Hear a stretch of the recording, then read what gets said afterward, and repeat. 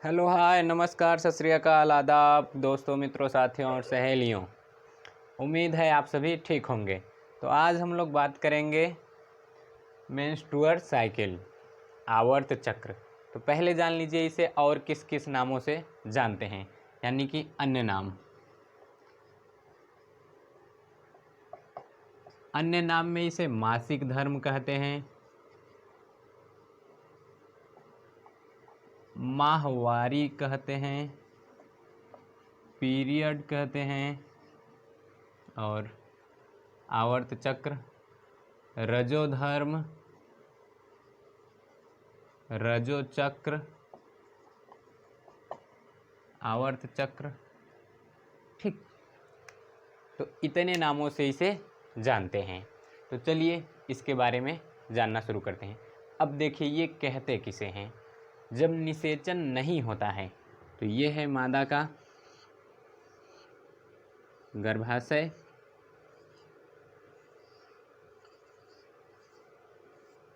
जब निषेचन नहीं होता है तो अंडाणु यहाँ आता है, बेचारा वेट करता है कि आ जाए शुक्राणु आ जाए। अब शुक्राणु नहीं आता तो ये आता है गर्भाशय की अंतः परत से, यानी गर्भाशय में 3 परत होती हैं।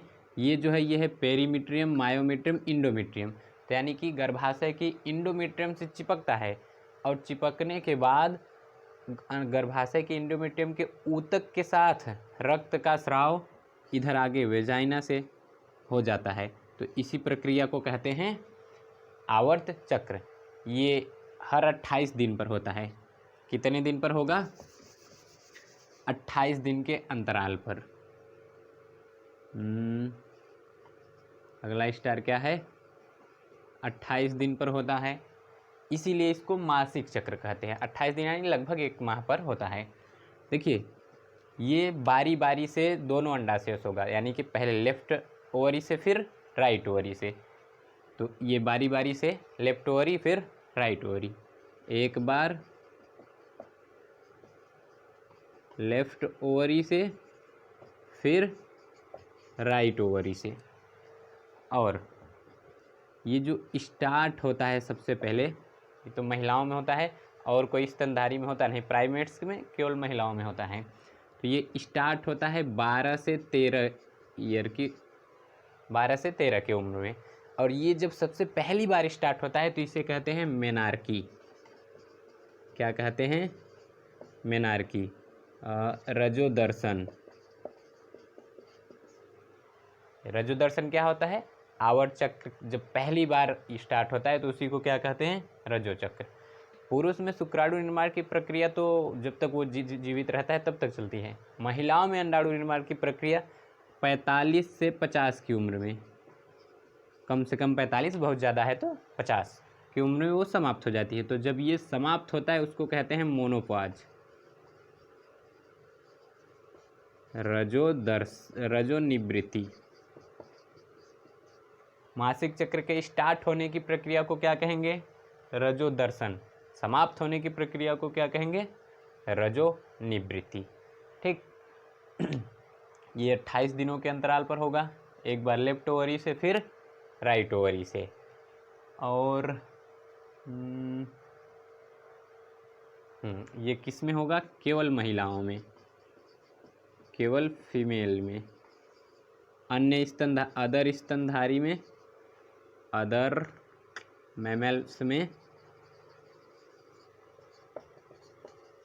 नहीं। ये केवल महिलाओं में होगा, अदर मैमल्स में नहीं होगा। तो इतना लिख लीजिए। अब देखिए इसकी प्रक्रिया को चलिए समझते हैं। ठीक, तो ये स्क्रीनशॉट लेना है, स्क्रीनशॉट ले लीजिए। ठीक, देखिए इसके ये मासिक धर्म द्वारा लगभग 4 से 5 दिनों तक महिलाओं में 50 से 60 ml ब्लड बाहर निकलता है। इसमें टिश्यू भी रहते हैं, सीरम भी रहता है। तो 50 से 60 ml ब्लड बाहर निकलता है। और ये कितने दिनों तक चलता है? 4 से 5 दिनों तक। तो चलिए अच्छा देखते हैं टोटल जीवन काल में महिलाओं के कितना ब्लड बाहर निकलता है। तो देखिए एक बार में कितना ले रहे हैं? 50 ml ले रहे हैं। मान लीजिए 4 दिन तक चलता है। ये कितने दिन तक चलेगा? 4 दिन तक, तो गुणा कर देंगे तो 200 ml, यानी एक बार जब मासिक चक्र आ रहा है तो कितना ब्लड बाहर आ रहा है, 200 ml। ठीक, अब देखिए ये 28 दिन के अंतराल पर होता है, इसका मतलब कि एक साल में ये लगभग 13 बार होगा। 1 ईयर में कितनी बार, 1 ईयर में 13 बार। अब 12 साल की उम्र से स्टार्ट हो जा रहा है, 45 साल तक जा रहा है, तो 13 साल से ही मान लीजिए स्टार्ट हो जा रहा है और 45 तक जा रहा है, तो 45 में 13 घटा दिए, 32 साल तक होगा। यानी कि इसी में 32 का अगर गुणा कर दे तो 13 दूना 26, 13 त्या 39 और 2 41, यानी कि पूरे जीवन काल में कितनी बार होगा, 416 बार। अब एक बार में 200 ml ब्लड बाहर आ रहा था, तो 416 बार में कितनी बार आ जाएगा, 2 ठो 0 और 6 2 छक्के 12, 2 1 2 1 3 और 8। तो देखिए अब 1 लीटर ब्लड में 1000 ml होता है, तो यानी कि कितना, 83,000। तो सोचिए पूरे जीवन काल में 83 लीटर ब्लड बाहर आ जा रहा है महिलाओं में। सोच लीजिए, इतना ब्लड तो हम लोग के अंदर पाया नहीं जाता। महिलाओं के अंदर बहुत ज़्यादा ब्लड अगर होता है तो 4.5 से 5 लीटर, हम लोगों में 5 से 6 लीटर, और बाहर कितना निकल जा रहा है, इतना। तो अब इसकी प्रक्रिया को कई चरणों में बांटा गया है, तो अगला लिख लीजिए। अब देखिए इसमें होगा क्या, ये मिटा दे रहे हैं।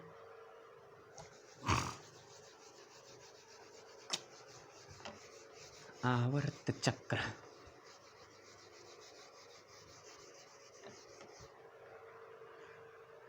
महिलाओं में जो हाइपोथैलेमस होता है, हाइपोथैलेमस मस्तिष्क का एक ठो भाग है, और ये इसे मास्टर ऑफ मास्टर ग्लैंड भी कहते हैं। तो ये एक ठो हार्मोन स्रावित करता है, gonadotropin releasing hormone, GnRH, gonadotropin releasing hormone. और ये स्रावित किसको करता है, एंटीरियर पीयूष ग्रंथि, पिट्यूटरी ग्लैंड को, पिट्यूटरी ग्लैंड को। और इसको कहता क्या है, देखिए हाइपोथैलेमस अग्र पीयूष ग्रंथि को हार्मोन स्रावित करेगा, गोनाडोट्रोपिन रिलीजिंग हार्मोन, और कहेगा कि तुम खाली काहे बैठे हो, तुम भी कुछ करो। कहेगा ओके अभी हम करते हैं, जो आदेश। तो ये 2 हार्मोन स्रावित करता है, FSH और LH। FSH यानी follicle stimulating hormone, luteinizing hormone.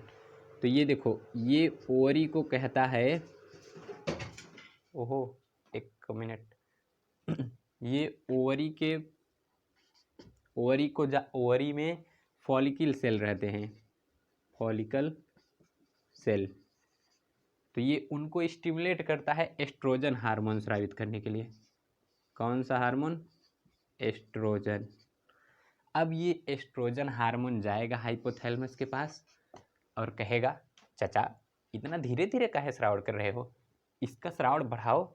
अब हाइपोथैलेमस गोनाडोट्रोपिन रिलीजिंग हार्मोन का श्रावण बढ़ा देता है, तो ये पीयूष ग्रंथि ल्यूटिनाइजिंग हार्मोन का भी श्रावण करने लगता है। अब ल्यूटिनाइजिंग हार्मोन ओवरी में ल्यूटियल सेल्स को जाके स्टिमुलेट करेगा और इनको कहेगा तुम भी कुछ करो। तो ये लोग प्रोजेस्टेरॉन हार्मोन स्रावित करेंगे। कौन सा हार्मोन, प्रोजेस्टेरॉन। ठीक, तो यही प्रोजेस्टेरॉन का श्रावण किससे होगा, ल्यूटियल सेल से। एस्ट्रोजन का श्रावण फॉलिकल सेल से। और इन सब के लिए जिम्मेदार कौन होगा, FSH और LH। और सबके लिए जिम्मेदार कौन है, हाइपोथैलेमस। तो इतना स्क्रीनशॉट ले लीजिए। तो देखिए जो मेंस्ट्रुअल साइकिल है ये 4 प्रावस्थाओं में बांटा गया है। तो इसकी जो पहली प्रावस्था, तो इसमें अगला स्टाइल लिख लीजिएगा, इसे निम्न चरणों में बांटा गया है। तो पहला जो होता है वो है menstrual phase, menstrual phase, Hindi में आवर्त प्रावस्था। दूसरा जो होता है इसको कहते हैं प्रोलिफरेटिव फेज, प्रोलिफरेटिव फेज या pre ovulatory phase, ovulatory phase. Pre का मतलब होता है पहले, ओवुलेटरी यानी अंडोत्सर्ग, तो अंडोत्सर्ग के पहले की प्रावस्था है। तीसरा होता है ओवुलेटरी फेज, तीसरा है ओवुलेटरी फेज। और चौथा है सिक्रेटरी फेज, सिक्रेटरी फेज, या इसी को कहते हैं post ovulatory phase, post ovulatory phase, या इसी को ल्यूटियल फेज भी कहते हैं, ल्यूटियल फेज। देखिए पोस्ट का मतलब है बाद में, ओवुलेशन के बाद ये हो रहा है। प्री का मतलब है पहले, यानी ये ओवुलेशन के पहले हो रहा है। तो अब इन चारों प्रावस्थाओं को एकदम डिटेल से समझेंगे। अब देखिए इसमें मेंस्ट्रुअल प्रावस्था, इसको समझने से पहले हमको इन तीनों को समझ लेना है, तो इसको सबसे लास्ट में समझेंगे। पहला क्या समझेंगे? Proliferative phase. स्क्रीनशॉट लेना हो स्क्रीनशॉट ले लीजिए। तो अब देखिए, हाँ स्क्रीनशॉट ले लीजिए। तो अब ये मिटा दे रहे हैं। अब इसमें पहला हेडिंग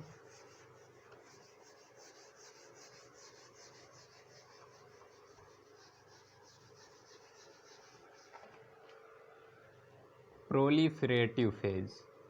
तो इसमें पहला क्या है? प्रोलिफेरेटिव, प्रोलिफेरेटिव फेज, हिंदी में कहते हैं अतिवृद्धि प्रावस्था, अतिवृद्धि प्रावस्था। तो देखिए इसमें होगा क्या जो फॉलिकल सेल रहेंगे, कौन से? Follicle cell. पहले तो एफएसएच स्रावित होगा, फॉलिकल स्टिमुलेटिंग हार्मोन। तो उसमें जो ओवरी में फॉलिकल सेल रहेंगे ये उनको स्टिमुलेट करेगा और इनसे क्या करवाएगा? एस्ट्रोजन का स्रावण, एस्ट्रोजन का स्रावण। अब इस एस्ट्रोजन के स्रावण से जो गर्भाशय की दीवार होती है, गर्भाशय की दीवार यानी वही इंडोमेट्रियम, ये हो जाती है 3 से 4 mm मोटी। ठीक, 3 से 4 mm मोटी हो जाती है। और गर्भाशय की दीवार में और फलोपियन नलिका में, गर्भाशय की दीवार में प्लस फलोपियन ट्यूब में होता है संकुचन। इस संकुचन से फलोपियन ट्यूब में जो सीलिया पाई जाती है, ये सीलिया हो जाती है सक्रिय। सक्रिय मतलब ये भी अब गति करने लगेगी। और ये जो प्रावस्था रहती है ये 6वें दिन से 14वें दिन तक रहती है, 6वें दिन से 14वें दिन तक। पहले दिन से 5वें दिन तक मेंस्ट्रुअल फेज रहेगा, 6वें दिन से 14वें दिन तक ये प्रावस्था रहेगी। ठीक, तो इस प्रावस्था में और कुछ खास होता नहीं है। अब जो एस्ट्रोजन है ये एस्ट्रोजन जाता है हाइपोथैलेमस के पास और कहता है GnRH का स्राव बढ़ाओ। तो जब GnRH गोनेडोट्रोपिन रिलीजिंग हार्मोन, उसका स्राव बढ़ता है तो फॉलिकल सेल का स्राव, फॉलिकल हार्मोन का स्राव कम कर देती है पीयूष, और ल्यूटिनाइजिंग का बढ़ा देती है। तो जैसे ही फॉलिकल का स्राव कम होगा तो फॉलिकल सेल में बहुत सी फॉलिकल सेल रहती हैं और फॉलिकल सेल पुटिका कोशिका हिंदी में कहते हैं। तो जो अन्य पुटिका कोशिका रहती हैं उनकी वृद्धि रुक जाती है और एक पुटिका कोशिका ही वृद्धि करती है। तो यानी कि एफएसएच का स्रावण जो है ये हो जाता है कम, और इससे जो अन्य पुटिका सेल रहेंगी, अन्य फॉलिकल सेल रहेंगी, इनकी वृद्धि रुक जाती है। ठीक, अब इसके बाद जो अगला है इतना लिख लीजिए। इसके बाद जो देखिए इन सब से अंडाशय में भी परिवर्तन होता है और गर्भाशय में भी परिवर्तन। तो उन दोनों परिवर्तनों को साथ में देखते हुए चलते हैं। तो इससे क्या हुआ है? गर्भाशय की जो परत है वो 3 से 4 mm मोटी हो गई है।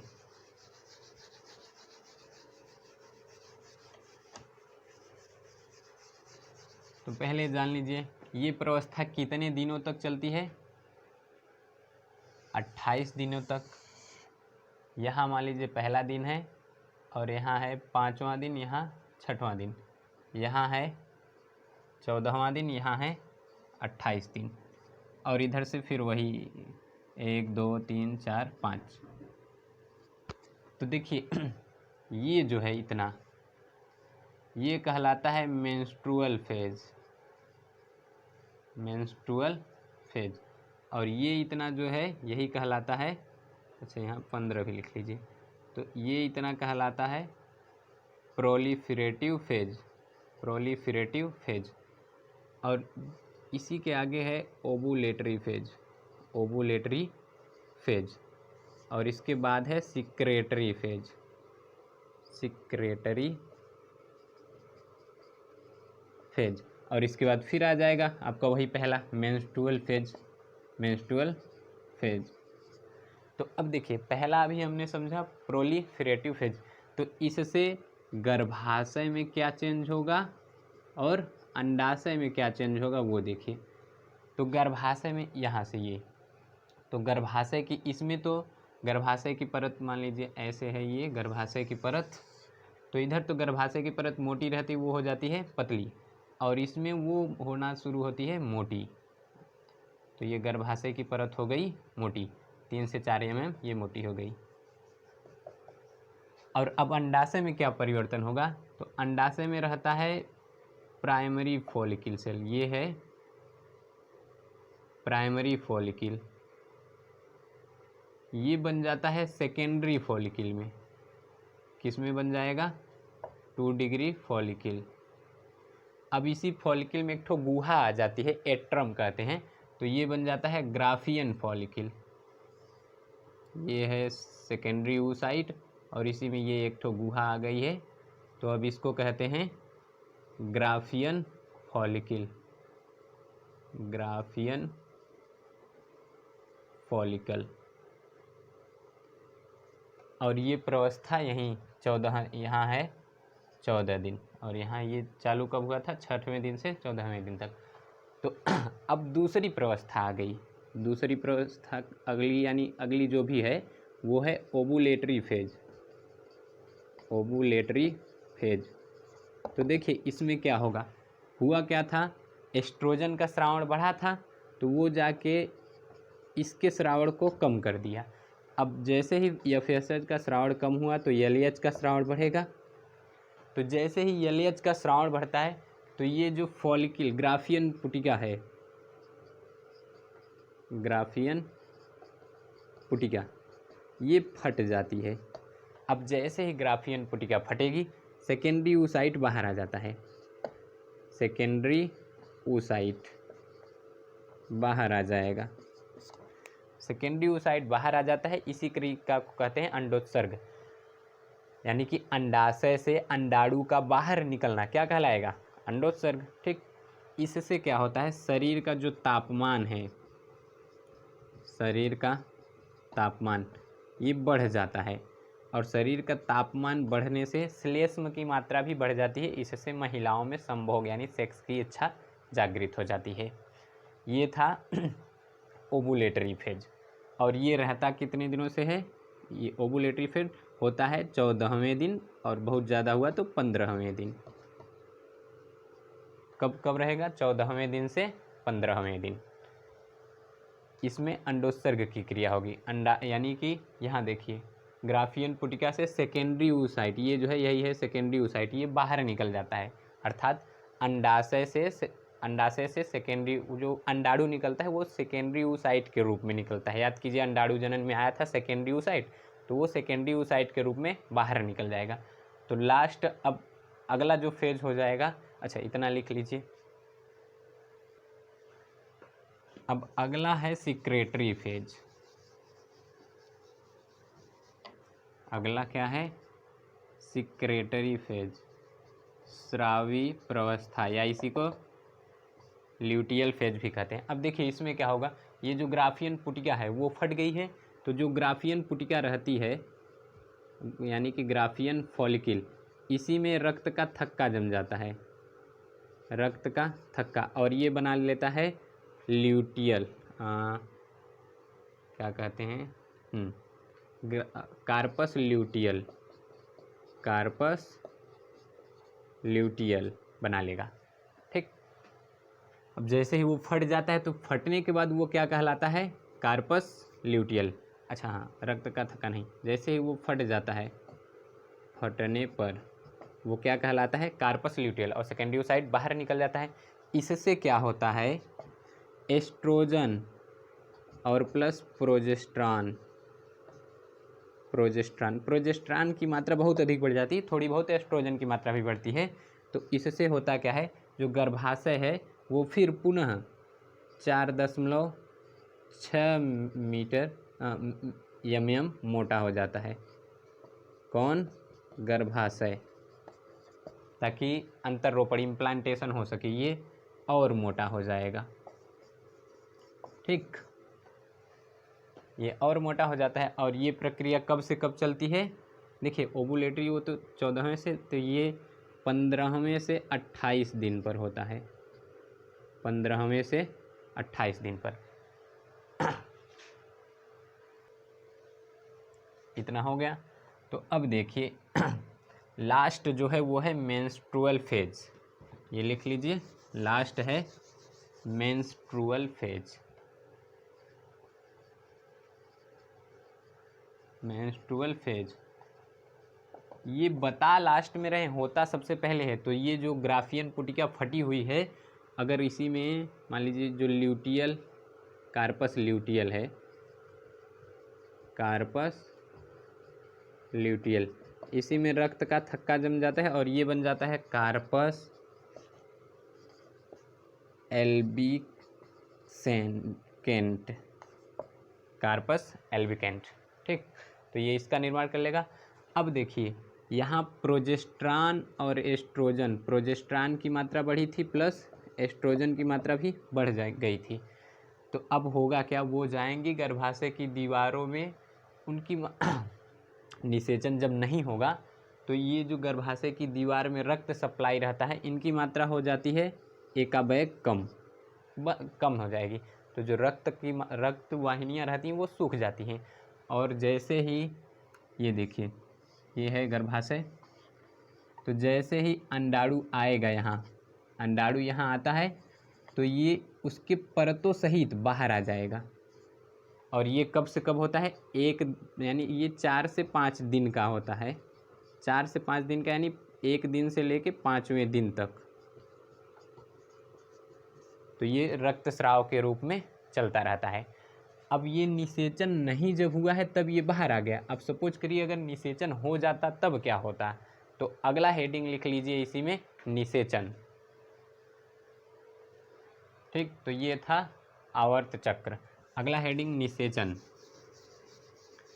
अब मान लीजिए निषेचन हो गया तो क्या होगा, निषेचन ना होने पे जो कार्पस ल्यूटियल है वो नष्ट हो जाता है।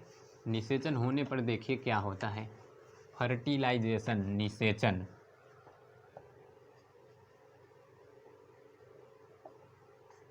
अंग्रेजी में इसको कहते हैं फर्टिलाइजेशन।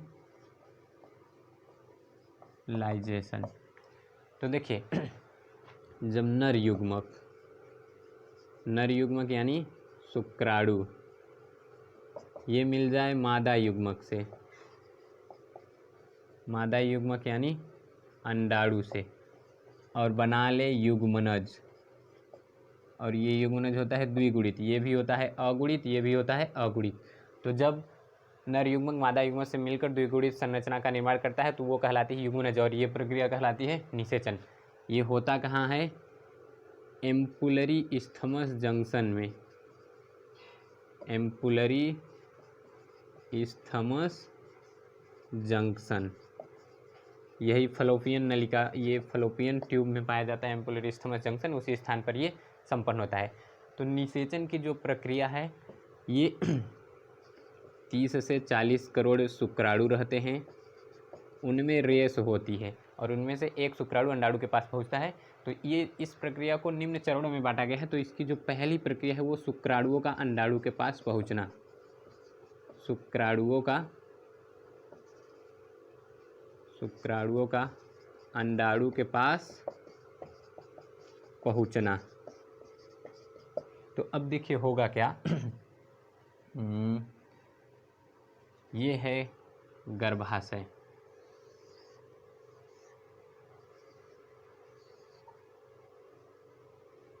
और यहाँ है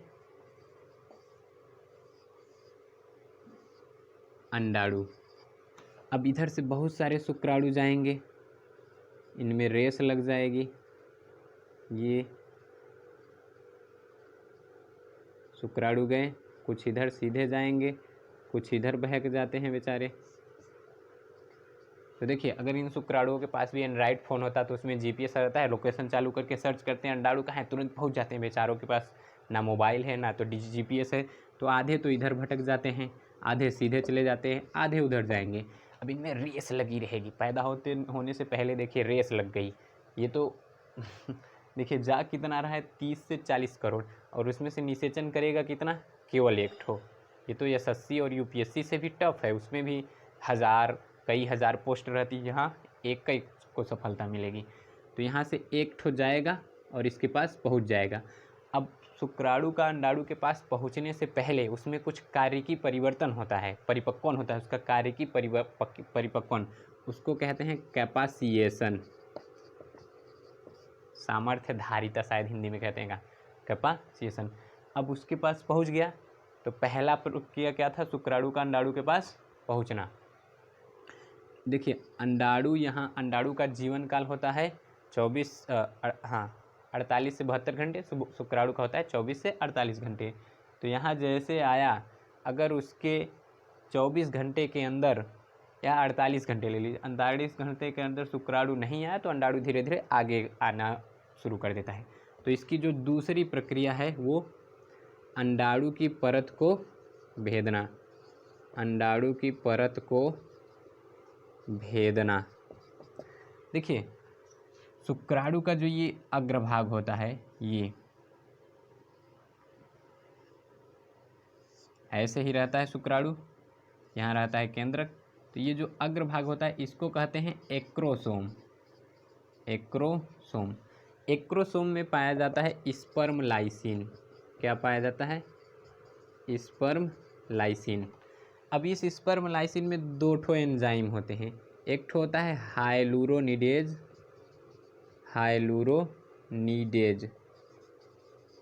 और एक ठो होता है एक्रोसिन। तो देखिए अंडाणु ऐसे रहता है, यहाँ बाहर एक ठो परत, फिर बाहर ये। तो जो ये कोरोना रेडिएटा की परत है, ये हाइलुरोनिडेज कोरोना रेडिएटा की परत को भेद देता है। अब अंदर एक ठो और परत है जोना पेलुसिडा, तो जोना पेलुसिडा की परत को भेजता है एक्रोसिन, और एक्रोसिन जैसे ही जोना पेलुसिडा की परत को भेजता है तो वो एक ठो दूसरी परत में उसको बदल देता है, उसको कहते हैं फर्टिलाइजेशन मेम्ब्रेन। अब और जो शुक्राणु आते हैं, पहला जो पहुंच गया वो तो भेद देगा, बाकी जो शुक्राणु आएंगे वो जोना पेलुसिडा होता तो उसको भेद देते हैं, लेकिन अब वो क्या बन गया है, फर्टिलाइजेशन मेम्ब्रेन, उसको नहीं भेद पाते हैं। ठीक, तो अब तीसरी जो प्रक्रिया है ये किसको भेदेगा, कोरोना रेडिएटा, और ये किसको, जोना पेलुसिडा। ठीक, अब जो लास्ट है वो है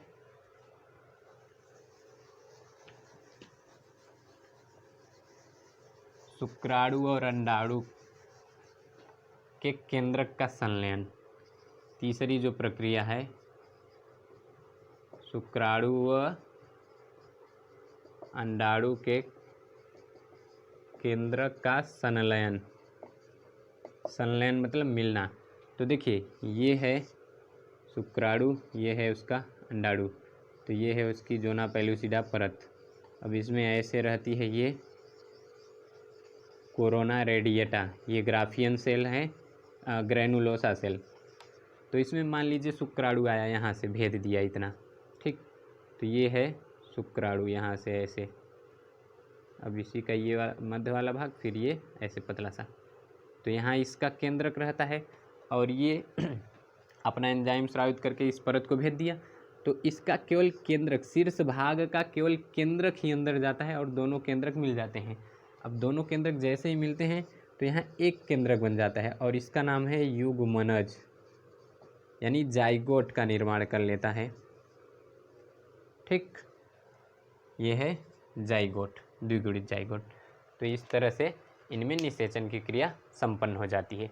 3 चरणों में निषेचन की क्रिया होती है। पहला तो शुक्राणु का अंडाणु के पास पहुंचना, अब पहुंचा है तो उसकी परत को भेदता है, अब उसकी परत को भेद दिया तो अपने केंद्रक का उसके केंद्रक के साथ संलयन, और इस तरह निषेचन समाप्त। तो आज हम लोगों ने समझा मासिक चक्र और निषेचन। तो बने रहिए हमारे साथ, अगले वीडियो में मिलेंगे फिर। अच्छा, एक मिनट, तो बने रहिए हमारे साथ, अगले वीडियो में फिर मिलेंगे। तब तक के लिए बाय बाय।